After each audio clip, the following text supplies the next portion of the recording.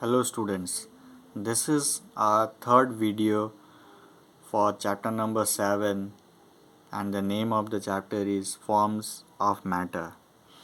In our previous videos we have discussed matter, the definition of matter, mass, then some common observable properties of solids. Today I will discuss the second form of matter, that is liquids. The first thing which can come in your mind is that what are liquids? Things such as water, milk, juice, and cooking oil are liquids. I hope all of you have seen these articles, so there should not be any doubt regarding these articles. Water, milk, juice, and cooking oil are liquids. Next, petrol and diesel, on which buses, cars, and scooter runs, are also liquids. Instead of petrol and diesel, I hope you have seen kerosene also. Kerosene is also there, but we use it in stove to for cooking. So we have to discuss some common observable properties of liquids. So what are those? The first one is liquids do not have a fixed shape. They do not have a fixed shape. Water, milk, juice, cooking oil, do they have a fixed shape? Is there any shape of those articles? No, they don't have any fixed shape. Then what happen? They take up the shape of the container they are put into. So here you have to pay attention that liquids take up the shape of the container they are put into.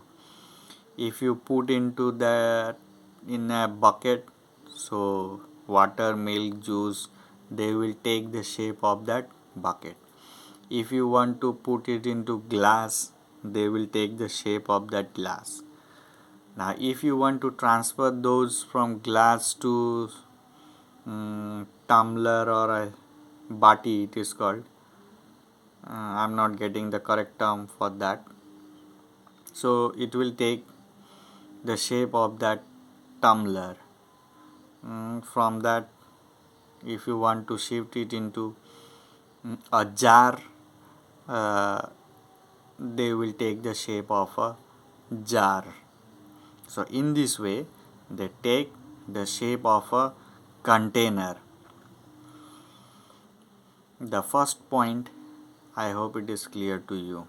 That means the liquids do not have a fixed shape and they take up the shape of a container. Next point is a liquid occupies the same amount of space in a container it is put into, no matter how big or small the container is. So what they are trying to explain through this second point,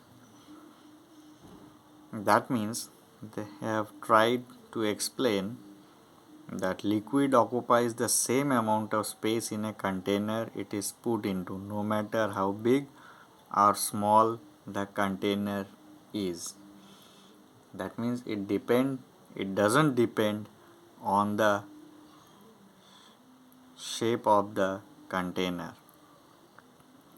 Next we have our third point, that is they flow from higher level to a lower level easily.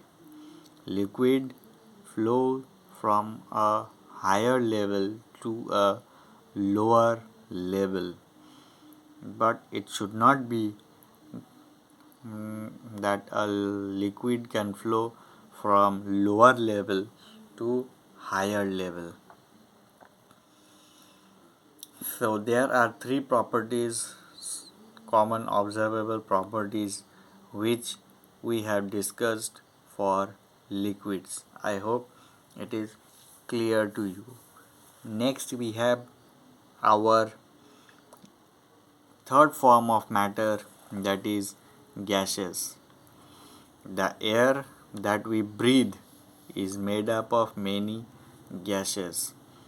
All of you underline these words: nitrogen, oxygen, carbon dioxide, water vapor, smoke, and other gases are present in air. So there are various forms of gases which are present in air. So I hope you can name those gases properly. Let me again remind you that the gases are nitrogen, oxygen, carbon dioxide, water vapor, smoke, and some other gases are also there. So these are the things which are called gases. Now let us discuss the common observable properties of gases. What is the first one? Most of the gases cannot be seen. That means you have to pay attention in that word, cannot be seen. We cannot see gases. Can you see air? No, we cannot see air. Then what we can do? We can feel air. In that similar manner, we cannot see nitrogen, oxygen, carbon dioxide, water vapor, and smoke. We can feel, we can find out from different activities of using different kinds of practical work. So the first point is clear to you. Next one is our gases do not have a fixed shape. Gases do not have a fixed shape. They don't have any form of shape. Next is they flow easily and expand to fill the container. They flow easily and expand to fill the container, irrespective of the shape of the container. So from this given statement, it is clear to us that gases can flow easily. That means in all the directions. It is not compulsory that gases will flow from higher level to lower level or from lower level to higher level. Such kind of thing is not there for gas. Why? Because gases can move freely in all the directions. Next we have gases occupy the entire space available to them. It is not like that it will take half of the space available to them or quarter of the space available to them. They will try to cover up the entire space which is available to them. That is why football and tires of vehicles are filled with air. That's why we fill the footballs and the tire of vehicles with air, not with solids or liquids. Now, I hope the properties of liquids and gases are clear to you. In our next class, we will discuss the difference between solids, liquids, and gases and the various uses of matter. So this much for today. Again we will meet in our next class. Thank you.